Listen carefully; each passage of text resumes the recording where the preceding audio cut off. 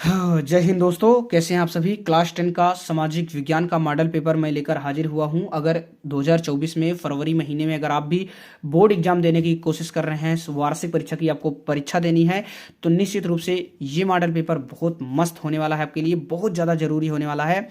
बिना टाइम गवाए हुए हम यहाँ पर एक एक क्वेश्चन हल करते हुए चलेंगे, लेकिन उससे पहले मैं आपको एक छोटी सी जानकारी देना चाहता हूँ कि दोस्तों हमारा ये चैनल है श्री गणेश अकेडमी। ये यूट्यूब का पहला ऐसा चैनल है जो आपको हर विषय के, हर क्लास के पांच पांच मॉडल पेपर देता है। यानी मैं अभी ये वाला सामाजिक विज्ञान का सेट नंबर 4 या 5 है, इससे पहले मैंने 3 से 4 पेपर सामाजिक विज्ञान के डाल दिया है।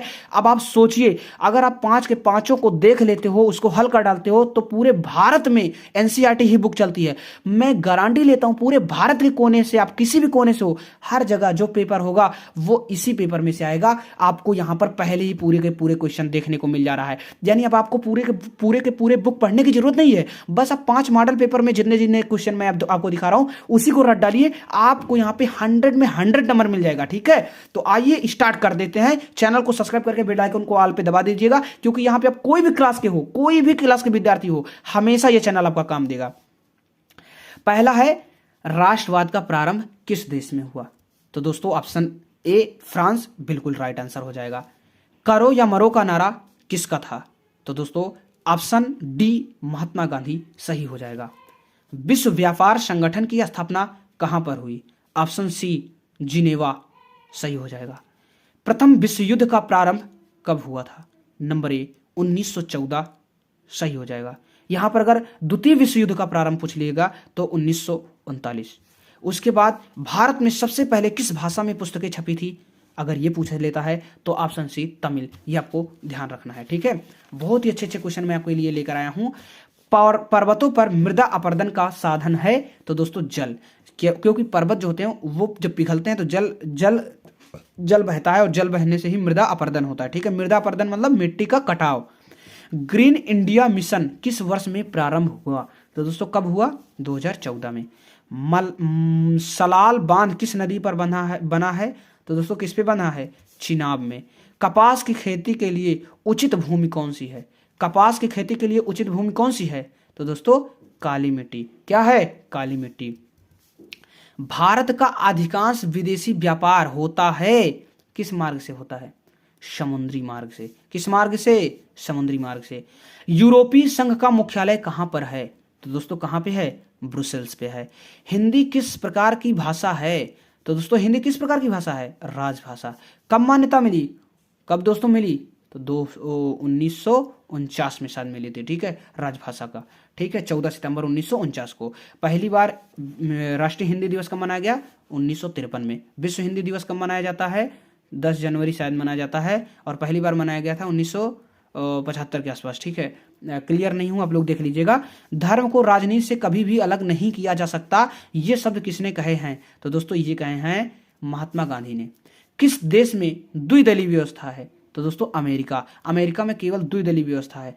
चीन यहां पर आपका सही नहीं होगा, क्योंकि वहां पे एक दलीय व्यवस्था है। ठीक है, विश्व का सबसे बड़ा लोकतांत्रिक देश कौन सा है? तो दोस्तों भारत। भारत विश्व का सबसे बड़ा लोकतांत्रिक देश है, क्योंकि इसकी जनसंख्या सबसे ज्यादा है। निम्न में से किस राज्य की प्रति व्यक्ति आय सर्वाधिक है? तो दोस्तों ये जितने विकल्प दिए गए हैं इसमें हरियाणा का सबसे ज्यादा प्रति व्यक्ति आया है, और यहां पर और भी अगर देखना चाहें तो गोवा का सबसे ज्यादा है। आप केंद्र शासित राज्यों में जाकर के देख सकते हैं, तो याद कर लीजिएगा। निम्न में से किसको कृषि क्षेत्र कहते हैं? तो प्राथमिक क्षेत्र को कृषि क्षेत्र कहते हैं। ठीक है, आगे बढ़ते हैं। भारतीय रिजर्व बैंक की स्थापना कब की गई? तो दोस्तों 1935 में। निम्नलिखित में से कौन सा विकसित देश है? फ्रांस क्या है? विकसित देश है। भारत में राष्ट्रीय उपभोक्ता दिवस कब मनाया जाता है?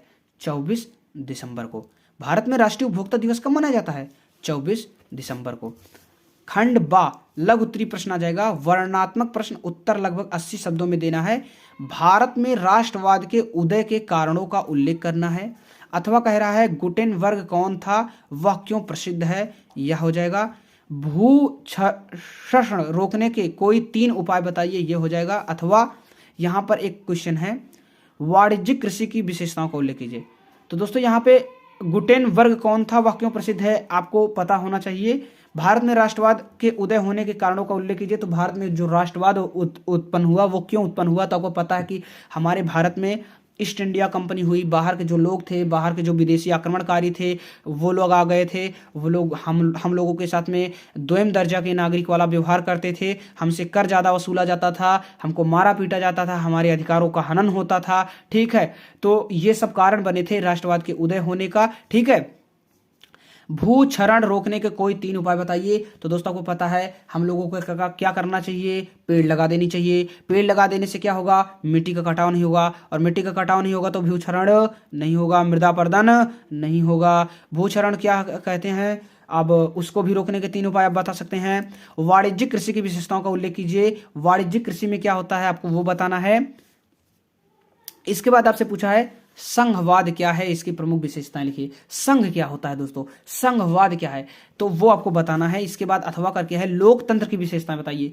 लोकतंत्र क्या है पहले दोस्तों, तो लोकतंत्र जनता द्वारा, जनता के लिए, जनता के द्वारा चुना जाने वाला क्या है, तंत्र, लोकतंत्र है। ठीक है, यानी लोकतंत्र में क्या होता है मेन प्रकार से कि जनता ही अपना वोट करके अपने ही बीच से लोगों को चुनती है अपने ही ऊपर शासन कराने के लिए, कि मेरे ऊपर शासन कौन करेगा, किसके नियम को हम मानेंगे, उसके लिए हम वोट देंगे। ठीक है, लोकतंत्र की विशेषताएं क्या होती हैं कि इसमें व्यक्ति जो होता है वो स्वतंत्र होता है अपना नेता चुनने के लिए, वह किसी भी व्यक्ति को वोट दे सकता है, वह स्वतंत्र होता है।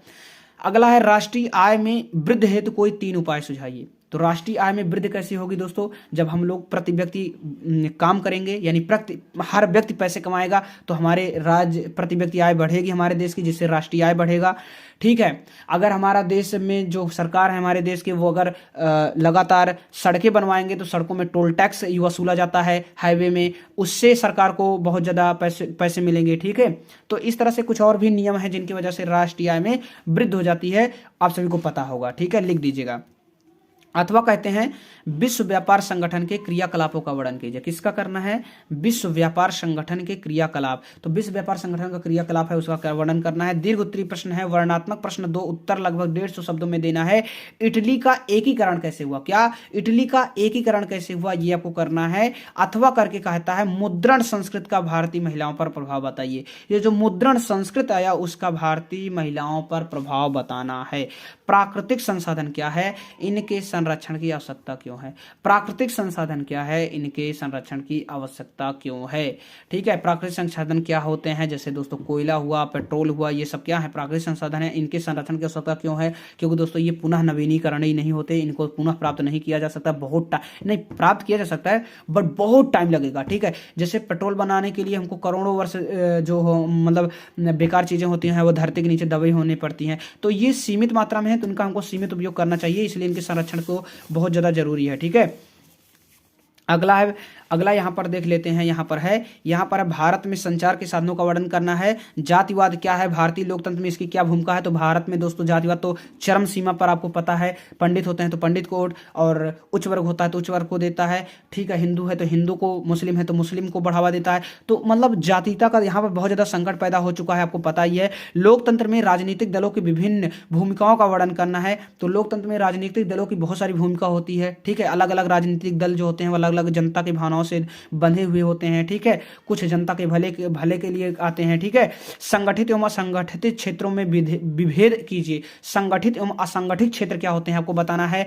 विदेशी व्यापार से आप क्या समझते हैं, इसके लाभों का वर्णन कीजिए। तो दोस्तों विदेशी व्यापार का क्या होता है, जब हम विदेश से कोई चीजें आयात या निर्यात करते हैं तो वह विदेशी व्यापार कहलाता है। अपने देश को छोड़कर है जब हम अंतरराष्ट्रीय मार्केट में पांव रखते हैं वह विदेशी व्यापार हो जाता है। और इससे लाभ क्या होता है कि हम लोग अपनी सस्ती चीजें विदेश में महंगे में बेच सकते हैं, या वहां की चीजों को सस्ते में अपने यहाँ खरीद सकते हैं। ठीक है, और एक दूसरे का क्या हो जाता है, बहुत ज्यादा सरलता हो जाता है जीवन में। ठीक है, आगे यहाँ पर मानचित्र संबंधी वर्क आपको दिया जा रहा है। वह स्थान जहां गांधी जी ने नमक बनाना प्रारंभ किया था। तो पहले तो आपको स्थान का नाम बताना है कि वह कौन सा स्थान है, उसके बाद आपको उसको मानचित्र में दर्शाना भी है। दूसरा है वह स्थान जहां नील की खेती करने वाले किसानों का आंदोलन हुआ था। तीसरा है वह स्थान जहां सूती मिल श्रमिकों ने सत्याग्रह किया था।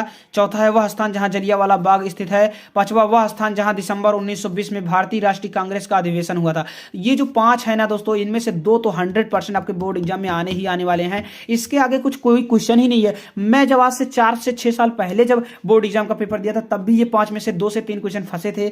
तो मतलब इनके अलावा क्वेश्चन ही नहीं है बोर्ड के पास। तो ये जो अंतिम 9 और 10 होते हैं ये फिक्स होते हैं। आई थिंक 2-3 क्वेश्चन, तो आप इसको ध्यान से देख लीजिएगा। अगला है 10वां, इसमें मानचित्र में आपको इन्हीं चिन्हों के साथ प्रदर्शित करना है। पहला, सलाल बांध को चिन्ह द्वारा नाम सहित लिखना है। सलाल बांध कहाँ पे है, ठीक है, तो आपको ये इस तरह का चिन्ह बनाना है। लौह अयस्क की कोई एक खान चिन्ह द्वारा बताना है कि वो यहाँ पर कौन सा खान, मतलब वह कौन सा खान है जहाँ पे लौह अयस्क मिलता है, उसको मानचित्र में इस तरह से प्रदर्शित करना है और उसका उत्तर भी देना है। भारत में चावल के सबसे बड़े उत्पादक राज्य को इस चिन्ह द्वारा बनाना है। डल झील कहाँ पे है, उसको इस चिन्ह के द्वारा दिखाना है। गंगा नदी कहाँ पे है, इसको इस चिन्ह द्वारा दिखाना है। ठीक है, तो ये था मानचित्र का कार्य और उम्मीद है कि पूरा वीडियो आपको पसंद आया होगा। तो देखो दोस्तों, सबसे बड़ी बात यह है कि आप किसी भी क्लास में पढ़ते हो, यहाँ पे हर विषय के लगभग 4 से 5 मॉडल पेपर डाले जाते हैं। तो आप जल्दी से जल्दी आकर के यहाँ पर अपना काम कर लीजिए। जय हिंद, वंदे मातरम।